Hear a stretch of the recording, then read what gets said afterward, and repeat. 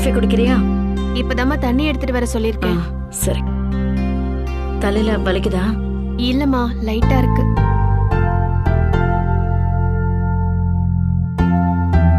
கையல் தான் வீட்டுக்கு வந்துட்டாங்கறத என்னால நம்பவே முடியலம்மா. எல்லாம் ஒரு கனவு மாதிரி இருக்கு. அது சரி, நீ கடைக்கு போறன்னு சொல்லிட்டு தானே கிளம்புன. இவள எங்க பார்த்த? இவள எங்க இருந்து கூட்டிட்டு வர? அம்மன் கோயில் பக்கத்துல தாண்டி. இவளை பிரிச்சு கூட்டிட்டு போன சாமிதான் திரும்பவும் நம்ம கிட்ட கொண்டு வந்து சேர்த்திருக்க.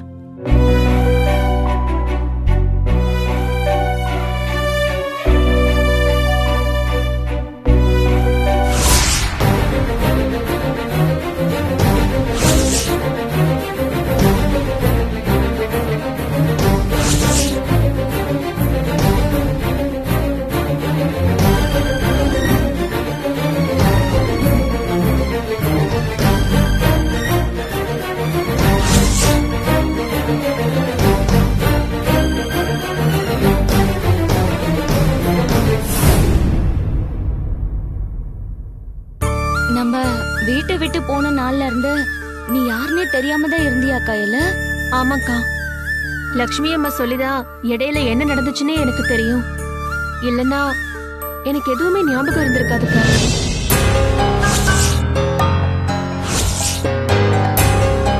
இதெல்லாம் சரிடி. அந்த ஆக்சிடென்ட்க்கு முன்னாடி என்ன நடந்துச்சு? வீட்டை விட்டு கிளம்புன நீ எங்க போன? யாரை நம்பி போன? யாரோ 2 பேர் உன்னை துரத்திட்டு வந்ததா அந்த அம்மா சொன்னாங்களே, அது யாரு?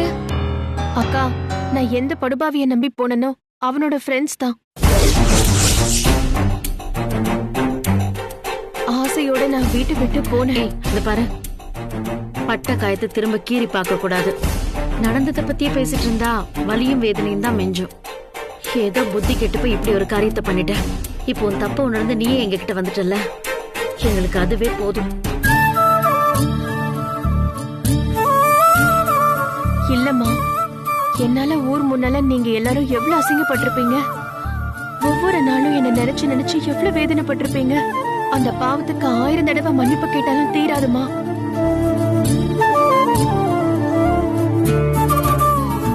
நீங்கெல்லாம் சேர்ந்து எனக்கு ஏதாவது தண்டனை கொடுங்க. என்னால இந்த குடும்பத்துக்கு வந்த களங்கம் நான் செத்தாதான் போகும்னா அதுக்கும் நான் தயாரா இருக்கேன்மா. ஐயோ, என்ன பேச்சுடி பேசுற? திரும்ப திரும்ப சாகரன் அதையும் சொல்லிட்டு இருக்க. இத பார், செஞ்ச தப்ப நினைச்சு இப்ப நீ வருத்தப்பட வேண்டியதில்ல. உன் மனசாட்சி உன்னை உறுத்ததில்ல, அந்த தண்டனையே உனக்கு பெருசுடி. நீ என்ன சொன்னாலும் என் மனசு சமாதானம் ஆக மாட்டேங்குதுமா. உங்க எல்லார்கிட்டயும் மன்னிப்பு கேட்கணும் தான் நான் உன் கூடவே கிளம்பி வந்தேன். இந்த குடும்பத்துல வாழ்ற தகுதி எனக்கு இல்லம்மா. நான் எங்கேயாவது போயிடுறேம்மா. ஏய் கையில, இந்த பாரு, முட்டாள்தனமா பேசாத கையில. உன்னை பார்த்ததுமே எல்லா கோவமும் மறந்து என் பொண்ணு திரும்ப கிடைச்சிட்டாங்கிற சந்தோஷம் தாண்டி முதல்ல வந்துச்சு. அடுத்த நிமிஷமே நீ செஞ்ச துரோகம் ஞாபகம் வந்து உன்னை அங்கேயே விட்டுட்டு வந்துடலான்னு தான் நினைச்சேன். ஆனா நீ என் பொண்ணாதான் திரும்பி வந்திருக்கேன்னு நீ சொன்ன வார்த்தை தான் என் முடிவை மாத்துச்சு. என் பொண்ணு தப்பு செய்யல, கலங்கப்பட்டு வரலன்னு நான் புரிஞ்சுக்கிட்டேன். அதனாலதான் உன்னை திரும்பவும் வீட்டுக்கு கூட்டிட்டு வந்தேன். இத பாரு, நான் உன்கிட்ட எதிர்பார்க்கறது ஒன்னே ஒண்ணுதான். திரும்பவும் இந்த மாதிரி ஒரு தப்ப செஞ்சிடாத. என் பேச்ச கேட்டு நல்லபடியா நடந்துக்க பாரு. கண்டிப்பாமா, வாழ்க்கையில எது முக்கியங்கிறத நான் புரிஞ்சுக்கிட்டேம்மா. இனிமே சத்தியமா நான் எந்த தப்பும் பண்ண மாட்டேன். எல்லா பாவத்துக்கும் சேர்த்து என்ன மன்னிச்சிருமா. போதுண்டி, இதுக்கு மேல இத பத்தி பேசாத. நீ செஞ்ச தப்பையெல்லாம் மொத்தமா மறந்துரு. கையில நாம எல்லாரும் ஒன்னா சாப்பிட்டு ரொம்ப நாள் ஆச்சு. ஒன்னா சாப்பிடலாமா? சரிம்மா. மா, மயில் எங்க டியூட்டிக்கு போயிருக்காளா?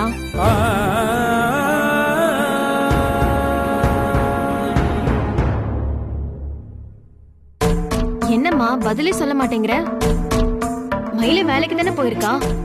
இத பாரு, அவளை பத்தி என்கிட்ட பேசாத. அவ பேரை கூட இந்த வீட்டுல யாரும் சொல்லக்கூடாது. இத பாரு, இந்த குடும்பத்துல இப்ப நாம 3 பேர் மட்டும்தான். வேற எந்த துரோகிக்கும் இங்க இடம் இல்ல.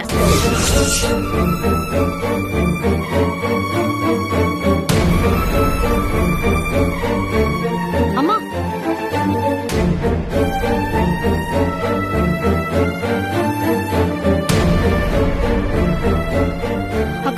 என்னாச்சுக்கா? மயில பத்தி கேட்டா அம்மா ஏன் இவ்ளோ கோவமா பேசிட்டு போறாங்க?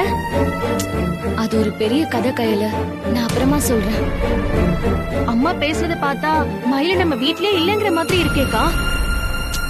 ஆமாண்டி, மயில் இப்போ மாடியில தான் இருக்கா. நீ சும்மா அவளை பத்தியே கேட்டுக்கிட்டு இருக்காத. அம்மா உன்னை மன்னிச்சு உள்ள சேர்த்ததே பெரிய விஷயம். மயில பத்தி பேசி அதை கெடுத்துக்காத. என்ன நடந்துச்சுங்கறத நான் உனக்கு பொறுமையா சொல்றேன். ம்? சரி இரு, நான் உனக்கு காஃபி போட்டு எடுத்துட்டு வரேன். வேணாக்கா, நான் போய் மயில மாடியில பாத்துட்டு வந்துடுறேன். சரி சீக்கிரம் போயிட்டு வந்துரு. சரி.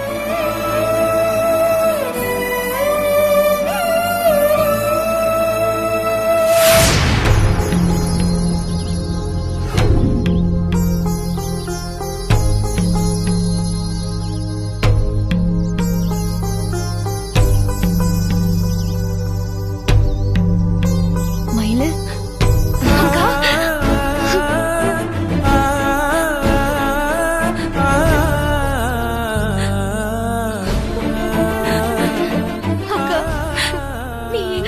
எப்படி இருக்குன்னு கூட எங்களுக்கு தெரியாது.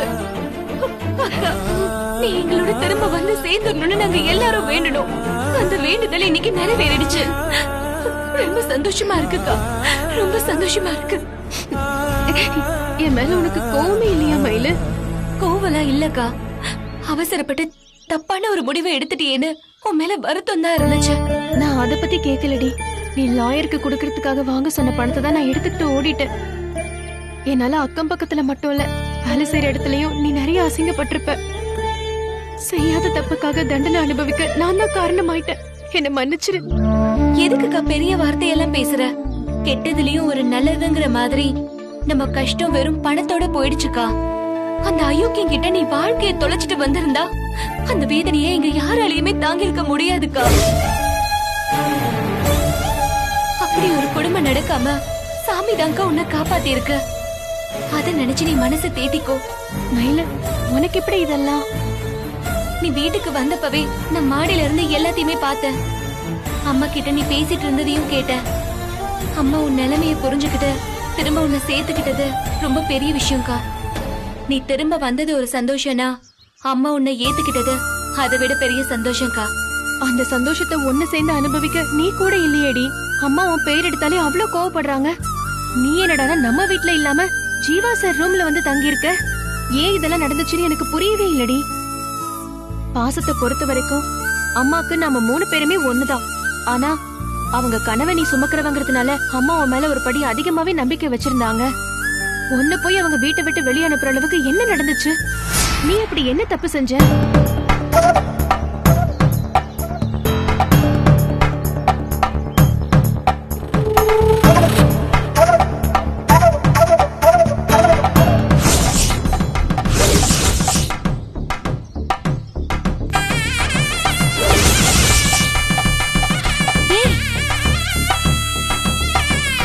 உனக்கு கல்யாணம் ஆயிடுச்சா? ஜீவா சாரதா நீ கல்யாணம் பண்ணிருக்கியா? அதான் அம்மா உன் மேல கோவமா இருக்காங்களா? எனக்கு புரியல மயிலு. இதுவரைக்கும் அம்மா வார்த்தையை மீறி நீ எதுவுமே செஞ்சதில்ல. அம்மா கனவை நிறைவேற்றிட்டுதான் காதல் கல்யாணம் இதை பத்தி எல்லாம் யோசிப்பேன்னு சத்தியம் வர செஞ்சு கொடுத்திருக்க. அது மீறி எப்படி இந்த கல்யாணத்தை பண்ணிக்கிட்ட? என் கேரக்டருக்கு நான் வீட்டை விட்டு ஓடி போனது கூட யாருக்கும் அதிர்ச்சியா இருந்திருக்காது. ஆனா நீ இப்படி ஒரு காரியத்தை செய்வேன்னு யாருமே எதிர்பார்த்திருக்க மாட்டாங்க. முக்கியமா அம்மாவால இதை தாங்கி இருக்கவே முடியாது. அம்மா அம்மான்னு எல்லா நேரத்திலயும் அவங்கள பத்தி யோசிக்கிற நீ இந்த விஷயத்துல மட்டும் எப்படி தப்பு செஞ்ச? அக்கா, நம்ம விருப்பத்தை மீறி சூழ்நிலை சில சமயம் நம்மள எதையுமே செய்ய விடாம கட்டி போட்டுருக்கா. நானும் அப்படி ஒரு நெருக்கடியில தான்க்கா மாட்டிக்கிட்டேன்.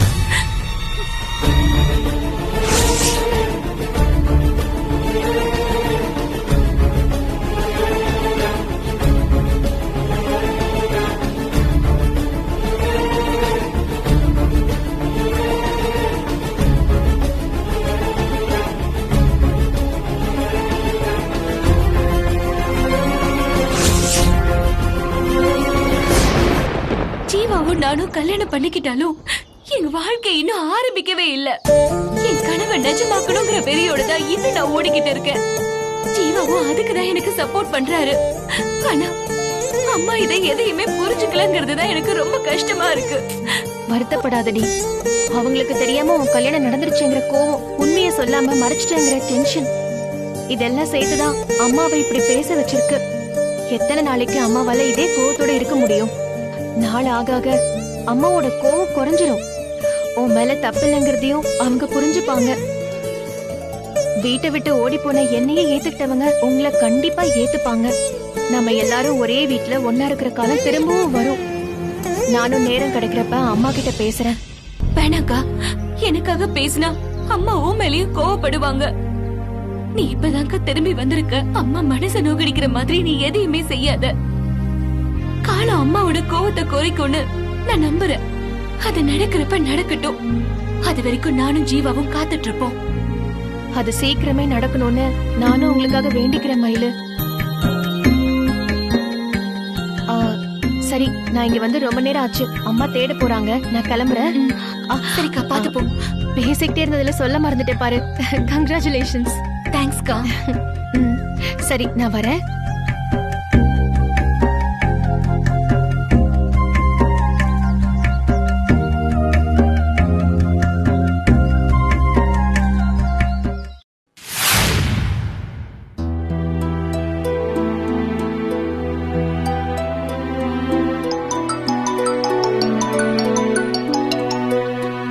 Hello sir. CCTV camera service பண்ணா நீ ஏன் இப்படி அரவர வேலை பண்றீங்க? போன மாசம் தானே சிசிடிவி கேமரா ரிப்பேர் சொல்லி நான் உங்ககிட்ட கம்ப்ளைண்ட் பண்ணோம். நீங்க பேருக்கு ஏதோ பண்ணிட்டு பக்கமா இருக்குன்னு சொல்லிட்டு போயிட்டீங்க. நேத்துல இருந்து திரும்பவும் சிசிடிவி கேமரா மக்கர் பண்ணுது. சர்வீஸ்ங்கிற பேர்ல நீங்க என்ன பண்ணீங்க? சார், நாங்க டெஸ்ட் பண்ணப்ப நல்லா தான் சார் இருந்துச்சு. திரும்ப என்ன பிரச்சனை வந்துச்சுன்னு தெரியல சார். நேர்ல வந்து பார்த்தா தான் சார் சொல்ல முடியும். இப்பவே கிளம்பி வந்து சரி பண்ணி கொடுத்துட்டு போ. Sorry sir, CCTV camera install பண்றதுக்காக ஈரோடு வரைக்கும் வந்திருக்கேன் சார். 3 நாள் கழிச்சு தான் சார் நான் ஊருக்கு வருவேன். யோ, இப்படி சொன்னா எப்படியா? இடையில யாராவது மேலதிகாரி வந்து பார்த்தா கேமரா ஒர்க் பண்ணலன்னு தெரிஞ்சா எங்களை அசிங்கமா திட்டுவாங்கல்ல. நீ வர முடியலனால உங்க ஆளுங்க வேற யாரையாவது அனுப்பி வைப்பா. சார், எல்லாருமே எங்க டீமா இங்க தான் சார் இருக்கும். இங்க பாரு, நீ அங்கேயாவது வேற யாராவது விட்டு இங்க வந்து வேலையை பார்த்துட்டு போயா? இல்ல சார், 3 இடத்துல பெரிய இன்ஸ்டாலேஷன் ஒர்க் இருக்கு சார். 4 முழுக்க டைட்டா ஒர்க் போகுது சார். ஒரு 3 நாள் மட்டும் எப்படியாச்சும் மேட்ச் பண்ணுங்க சார். நான் நேர்ல வந்து ரெடி பண்ணி கொடுக்குறேன் சார். நடுவுல டைம் கிடைச்சாவது கொஞ்சம் வந்துட்டு போயா? இங்க பாரு, மேலதிகாரிட்ட நாங்க மாட்டினா எங்களுக்கு பிரச்சனை வரியா? இங்க பாரு, அப்ப நான் வந்து கம்பெனியை மாத்திடுவேன். ஐயோ சார், அப்படிலாம் எதுவும் பண்ணிடாதீங்க சார். நான் முடிஞ்ச வரைக்கும் சீக்கிரம் ரெடி பண்ணி கொடுத்துறேன் சார். அந்த பயம் இருக்கட்டும், கிளம்பி வா. ஓகே சார், வந்துடுறேன் சார். நானே படம் ஓட்டுறேன், எனக்கே அவன் சோக் காட்டுறான். வணக்கம் சார். நீ சொல்லியா? ஏப்பா, இந்த கேஸ் என்னப்பா செவ்வா இழுக்குது? ஜவ்வா இழுக்கிற வரைக்கும் தான் நமக்கு நல்லது. இல்லாட்டி நம்மள யாரும் கண்டுக்க மாட்டாங்க.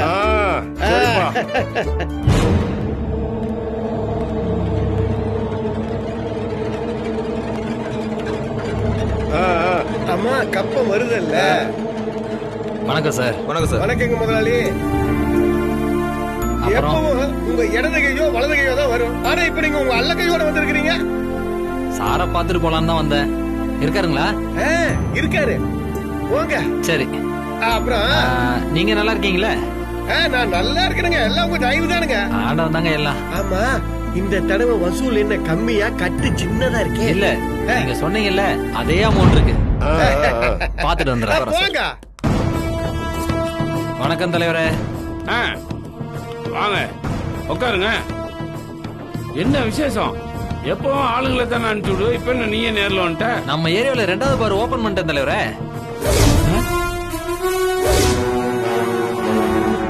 2வது பாரா? சரி, லைசன்ஸ் எப்படி கிடைச்சது? எனக்கு இருக்கிற செல்வாக்கு உங்களுக்கு தெரியாதா? அங்க எங்க ஆளுங்களை பிடிச்சி எப்படியோ வாங்கிட்டேன். பார் ஒழுங்கா நடக்கணும்னா உங்க தயவு வேணும்ல. அதான் உங்ககிட்ட கமிஷனை கொடுத்துட்டு போலான்னு வந்தேன்.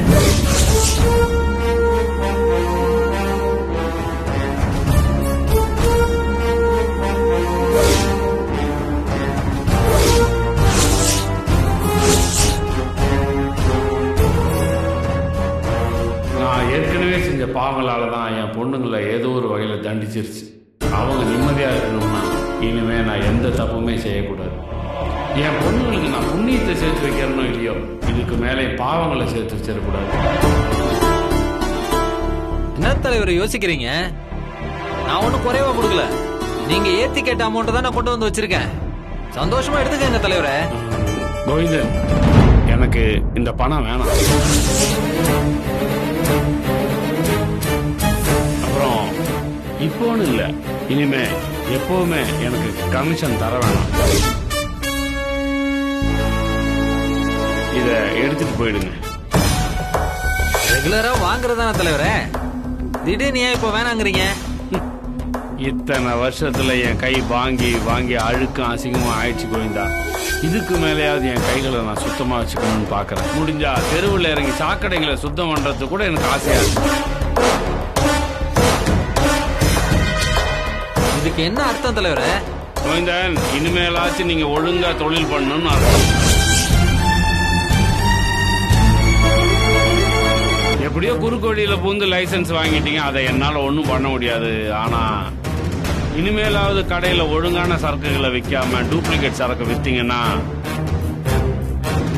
உங்களையே அரெஸ்ட் பண்ண வேண்டியதா இருக்கும். கடைக்கு சீல் வைக்க வேண்டியதாகவும் இருக்கும்.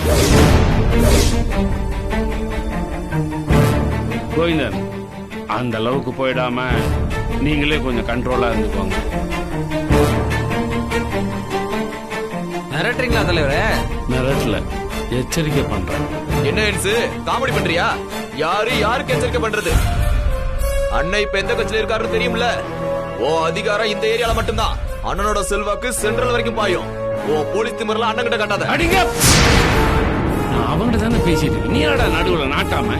இந்த ஜால்ரா போடுற வேலையெல்லாம் வெளியே வச்சுக்க. ஸ்டேஷனுக்குள்ள வந்து சத்தம் போட்ட தொலைச்சு புடு. இந்த பூச்சாண்டிக்கெல்லாம் பயப்படுற ஆளு நான் இல்லைன்ஸ். இந்த மாதிரி எல்லாம் நான் நிறைய பார்த்தாச்சு. அண்ணன் இப்ப இருக்கிற ரேஞ்சுக்கு உன்னை தேடி நேர்ல வர வேண்டிய அவசியமே இல்ல. ஏதோ உங்களோட பழன பழக்கத்துக்காக நேர்ல வந்து பேசினா உன் இஷ்டத்துக்கு சொல்ற.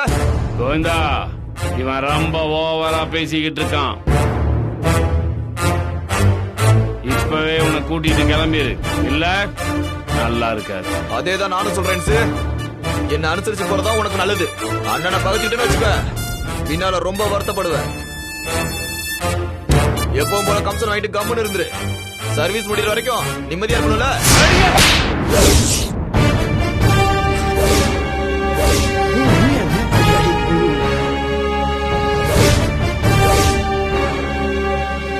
ஏன் ஸ்டேஷனுக்குள்ள வந்து என் முன்னாடி எழுத்து பேசுவியா? ஒண்ணு புதைச்சிருவேன் ஜாக்கிரதை. குருமூர்த்தி, யார பேர் சொல்லி கூப்பிடுற? என் பேரை சொல்லி கூப்பிடுற அளவுக்கு நீ ஆள் ஆயிட்டியா? நான் உனக்கு சொந்த காரணம் இல்ல, நீ எனக்கு மாமன் மச்சானும் இல்ல. நான் ஒரு போலீஸ் அதிகாரி. சார்னு மரியாதையா கூப்பிடுறா. தப்பு பண்றீங்க சார், பெரிய தப்பு பண்றீங்க. இதுக்கெல்லாம் சேர்த்து வச்சு நீங்க அனுபவிப்பீங்க. அவ்வளவுதான் உனக்கு மரியாதை. கோவிந்தா, இந்த பணத்தை எடுத்துட்டு போயிட்டே இல்ல அடுத்த அடி உனக்கு விழுவும் ஜாக்கிரதை.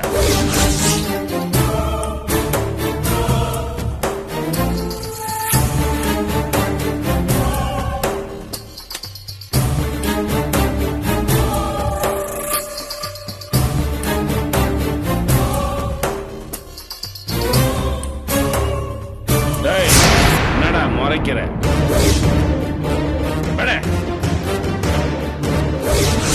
கழுத்தை புடிச்சு வெளியே தள்ளனா உனக்கு தான் சிங்கம்.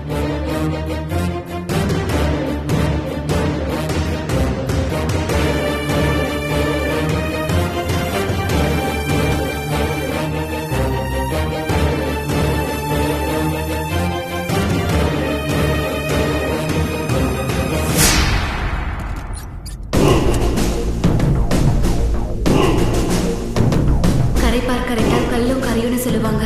நான் சொல்லி சொல்லி அப்பாவோட மனசு மாறிடுச்சு போல இருக்கு. இனிமே கமிஷனே வாங்க மாட்டேன்னு என்ன முன்னால வச்சுக்கிட்டே சொல்லிட்டாரு. ரொம்ப சந்தோஷப்பா, ரொம்ப சந்தோஷம்.